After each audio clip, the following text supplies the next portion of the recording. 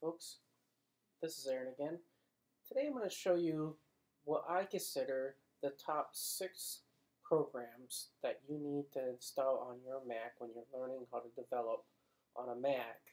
Say for example you're a Windows developer, but you're now coming over to the Mac because you want to start doing iOS development, or you want to go further and actually do actual Mac application development. When you first get this environment, you have all those tools from all your years using Windows, and you kind of come over here and it's like a new beginning. Now, of course, there's ways you can run Windows on your Mac to get those tools back, but there's actually a really good set of tools available on the Mac. Several different really cheap pieces of software that are actually much better than the equivalent on Windows. In many ways have a better experience because they're tailored towards the features of the Mac. So that's what I'm going to talk about today. The first one I want to start out with is actually the Network Simulator from Apple. And this is actually part of their Hardware I/O toolkit for Xcode. Now, I need to give you a little warning on this. This is a very complicated program that could do a lot of cool things, but it really is highly dependent on the version of Mac OS X you're running. If you take a look here, for the October release, you need to be aware that it says in the description here, tools in this package support running on Mac OS X Mountain Lion and later. And there's the link. If I look at the February 2012 release, you'll see that it only supports Mac OS X Lion. So depending on what version of Mac OS X you're running, you may have to go figure out what version of the Hardware I/O toolkit for Xcode you want.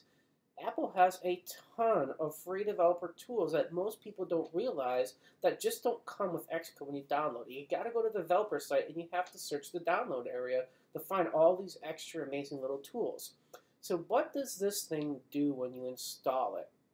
Well, once you install it, and I have to warn you, you do have to reboot a couple times. You're going to install the preference pane icon. It's going to say, would you like to install this? You say yes, and then it doesn't work. It turns out you still have to reboot in order to get this thing to work. But once it does, you kind of call this guy up, and what happens is you can make these profiles, and you can see I have Northern Wisconsin really bad.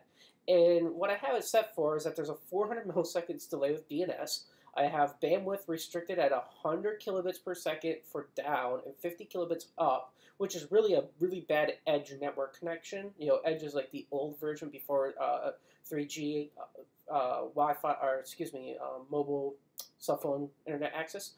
And I've got my packet loss set at 90% for both of them, with pretty large delays in milliseconds. Now, if you don't want this profile, the cool thing is you can just click this Manage Profile button, and all these ones are available for free, and then you can have some custom ones. So you can set up all these kind of cool things. You can see here's Edge average, and what Apple's saying is that this is the average, what they think for Edge versus a very lousy network, which is just, yeah, this is not very good. And I even made mine even worse, as you can see, under here, because you go to the UP, the Upper Peninsula of Michigan, or if you go to Northern Wisconsin, cell phone service is just terrible.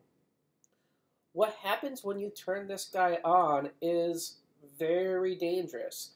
It actually sets and restricts your entire network connection, whether it's Ethernet or Wi-Fi, to this setting, no matter whether you're using the iPhone emulator, the iOS emulator that gives you the ability to emulate both the iPad and the iPhone, and it's your computer. So your web browser, everything that's running through your computer will now go through this network link conditioner. So for example, I'm just going to turn this guy on, and now he's on. You can see that up here, it's warning me, hey, this guy is on. I've got it in the status bar. If I just call up a new web browser and try to go to google.com, for example, www.google.com, and you'll see that it's taken forever to call up Google. And the reason why is because I have the network limiter on, and it's going to take forever to download. But if I deactivate it and do a refresh, it instantly comes up. So you can see that this is a pretty cool tool. However, it's very limiting, so you want to use it with great restriction.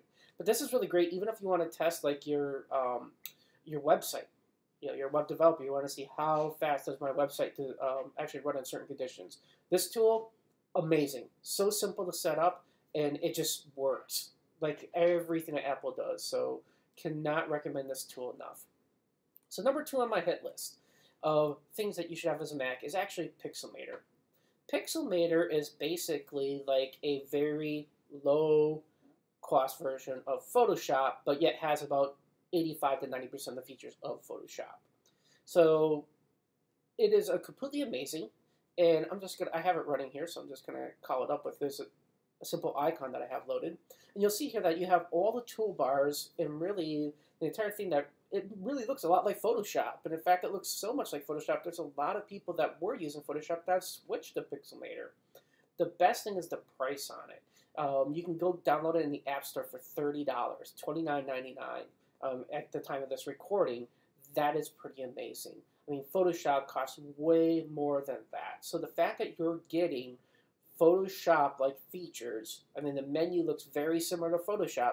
You have layers, you have your styles, your brushes, all the stuff that you would normally have in Photoshop, and you have it all available here, so you're not really having to necessarily learn a new tool. There's obviously some differences, so I mean, there was a little learning curve to it, but it's not a lot. That is amazing. So Pixelmator, if you need to do any kind of graphics for your iPhone, like you're trying to make icons or tweak your icons, you're trying to make images for your website, any of those kind of things, you're just trying to tweak things, this is just a great tool out there. It's made only for Mac OS X, so there's no Windows equivalent to it, and it abuses just about every feature that Apple has, from core audio, or excuse me, not core audio, but core imaging. So it has all the rendering runs through the core stuff that Apple has. It's dedicated, it basically runs on hardware inside of your Mac instead of calculating a lot of things in software. And a lot of the effects that it has are completely based on then the core imaging stuff. So you can see here we have all these kind of really awesome effects that are free. And the best part is that they run inside of hardware, not on software. So your CPU fan doesn't necessarily kick on when you're using this product on your MacBook. So I really like it. Now, if I said Pixelmator is out there, and that's great for doing like images on the website, the other thing that a lot of times we need is the ability to do scalar images or vector images. And those are like Adobe Illustrator. So there is a program out there called iDraw, which is just amazing. And it's kind of like Illustrator in many ways. Here's their website. It allows you, it has a very interface that's very, very, very similar to Illustrator. It is also relatively cheaper than if you were to go to buy Adobe Illustrator. It's only $24.99 in the App Store. And they also have an iPad version, which is really kind of neat if you're out there just trying to maybe demo for a client some graphics that you're working on and stuff.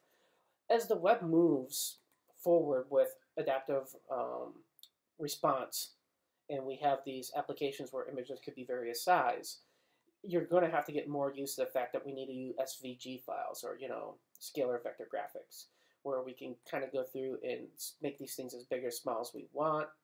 And because it's a vector, we could do that. So I highly recommend getting used to the fact that you need to start using these tools a lot more. Even if you're just downloading like Font Awesome and getting that in an SVG file and then kind of going in and grabbing that and scaling it however you need to and stuff like that. This tool is just amazing for doing that. Now, since I'm talking about graphics, I have to talk about the next tool and say that I really like it a lot. I found it on the App Store, and it really has made it so I can prototype apps and make them look pretty decent on the iPhone pretty quick, and it's called FarmPencil. And if you take a look at it here, what this guy does, this is actually really, really cheap. It's only $5. It's $4.99 on the App Store. It allows you to take any of the free font or graphic programs out there on the internet, and it allows you to export them in any format that you want, in any size that you want. So I'm going to just call it FarmPencil here. And if you take a look here, here are all the different icon collections, including Font Awesome, from the internet. And how it works is you just double click on it, and then it says, hey, here is a copy of all of those. What ones would you like? You can kind of select the ones you want. And you also can say, how big do you want it? Well, I'm making an iPhone app, so it turns out I want these icons to be 60. And I can change the background colors of the foreground colors, and then I can just click this export button down here, and it just says, hey, how would you like to export these? And you can just check the different ways that you want. So I can say, well, I am just looking for, I'm going to also include license file because I really should, give cred where the credit's due here. I just want PNG in the license file so I can use these inside of my iPhone app. I can hit export. It's going to say, hey, where would you like to put these? I'll make a new folder, call it Font Awesome 60, and say save. And that's it. If I close out, I'll delete this window that I have open because it kind of makes a copy of the actual one, and then go into my downloads because I think that that's where I put it. And images. Okay, I'm not sure where I put it, but basically this is what ends up happening. Here are the icons that I had to go through and create, and I use these a lot in iPhone when I'm trying to prototype an iPhone app. Just make sure you pay attention. Oh, here it is. It's underline icons. So here's the copy that I made. There's the license file. And here are all the different PNG files that I just made for me. And now I can just use these right inside my iPhone app, either in Sumerian or in Xcode. So a really, really cool tool. Can't say enough awesome things about the next tool. This is a tool for SequelLight that allows you to open up SequelLight databases and see what's inside of them. And when you're developing for the Mac, and you're using SequelLight in an iOS application, for example, you're not necessarily sure, did everything I just do work? And this tool allows you to open up your databases then and take a look at the data inside and say, hey, did it work? Did my update that database? And I'm going to actually do a separate YouTube video in a little bit. It actually kind of goes through and explains how to even find your database that's on the iPhone simulator, and then actually open it up in this tool and look at the data inside of it, because I think that that's a really valuable thing that most people don't realize that you can do, and it just makes life a lot easier. So can't say enough great things about this tool. I've been using it for a couple years, and it's rock solid stable. Pretty much runs with every Mac release out there. I've never had problems with it, like, not being supported, and I've been using it since like macOS 10.6. So, that's like 3 different versions of the product, and it's still with a minimum of updates, it just keeps running. Also available in the App Store. The final tool that I have, and I have 2 honorable mentions, is VMware Fusion. And in VMware Fusion, if you don't know what VMware is, then you haven't been in IT for a while. It allows you to run virtual machines, i.e. Windows 8 on your Mac. So I actually have a Windows 8 virtual machine that I can start up and run Visual Studio in, and that is how I actually develop. I have my primary development machine is a MacBook Pro, 15-inch Retina, and I run Windows inside of my Mac. And by doing that, I have the best of both worlds. Now, there is another program out there called Parallels, which is equivalent to VMware. However, Parallels is primarily a Mac program that does have a PC version, but it's not really got a big following from the sense of servers. Where VMware is like the industry leader when it comes to virtualizing servers and stuff. And the reason why I then picked VMware Fusion is because I can actually take a virtual machine, the files from a VMware server, and copy them down to my Mac and use them inside of Fusion. And if you're looking for flexibility with your corporate IT environment, there's nothing more awesome than that. On top of that, that means I could take my VMware Fusion virtual machines, just zip those up, or throw them into a folder, and put them on a USB drive and give them to my server guys, and they can mount those onto a VMware server farm. I mean, that level of portability, even though VMware Fusion, in my opinion, runs a little bit slower, it's not a huge amount, but it is a little bit slower than Parallels, I recommend it for that. Now, of course, if you're not worrying about the IT side of things and making your virtual machines available on a server and stuff, then the other product is actually called Parallels, and that runs better than VMware Fusion in the latest release. In my opinion, it's not a lot, and the features are almost the same. So if you're saying, well, I really don't care about like maybe a 2% performance difference or a 4% performance difference, then VMware Fusion is cheaper. Just go buy VMware Fusion instead because it's like $60.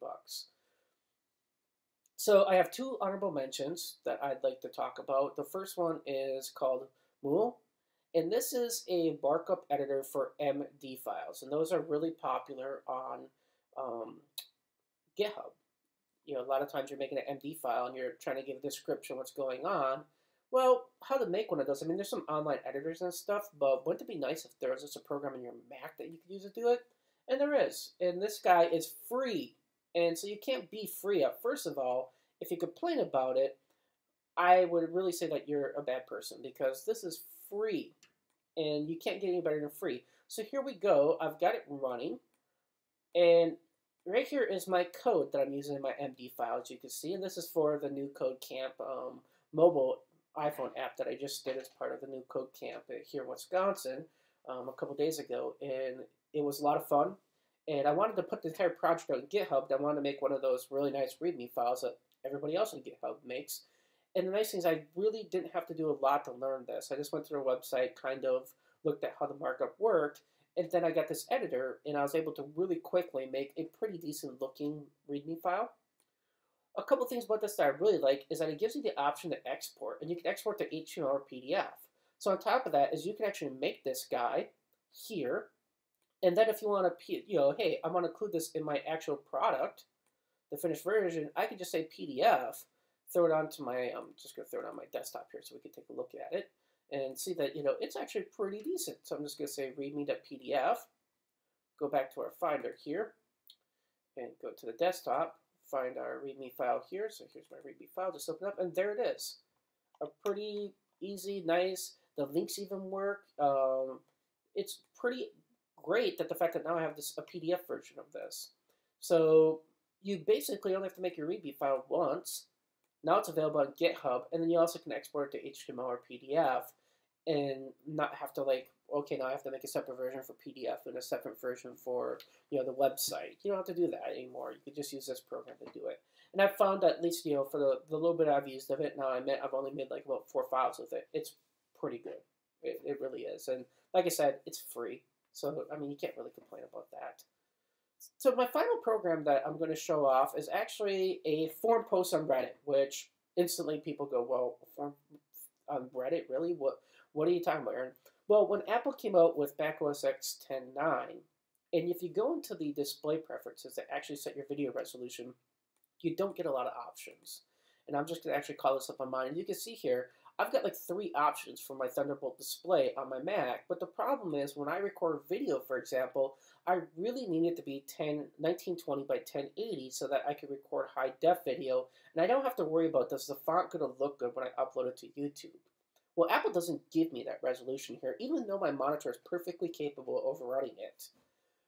Well, how do I solve that problem then? Well, a guy out on Reddit, and he's actually, if you follow this guy a little bit, you'll find he's Phoenix Dev, and he wrote a lot of in the old days of jailbreaking the original iOS before Apple gave you developer tools. He had a bunch of developer widgets. He was reverse engineering, figuring out how to develop on the iPhone, and he had a lot of stuff back then that he was kind of throwing out on the internet for people to kind of grab, and if you're jailbroken, you could kind of run and develop your own apps, even though Apple didn't have an Xcode way of doing that yet. So the guy's got some street cred. It's okay to run this tool, at least I have yet to have a problem with it.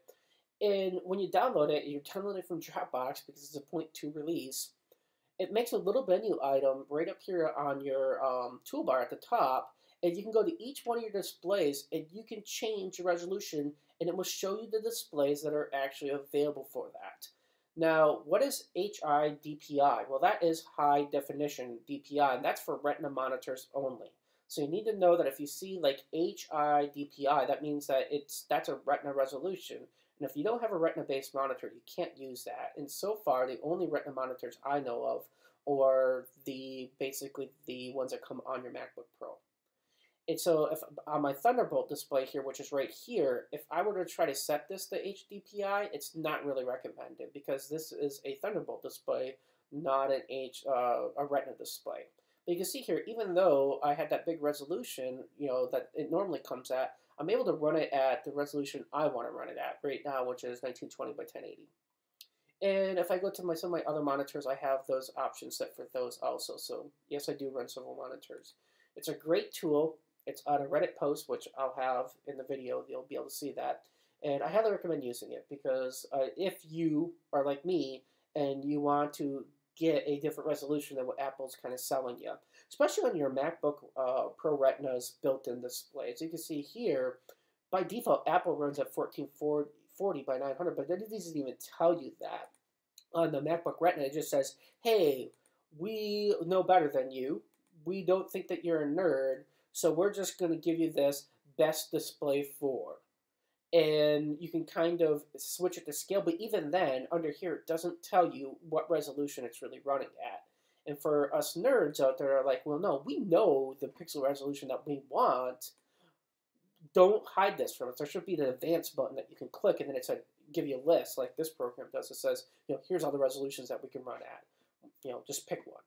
And I actually recommend people, especially web developers, run at this at a higher resolution at 1680 by 1050. You're going to get more pixels, and it still looks pretty gorgeous for Retina.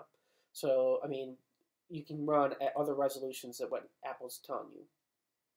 So that's today. My top, turns out it's 8 in total, but 6 with 2 runner-up for programs you should have on your Mac if you're developing that are going to make you more productive and kind of replace some of those programs that maybe you're using in Windows. Appreciate you guys watching, and have a great day.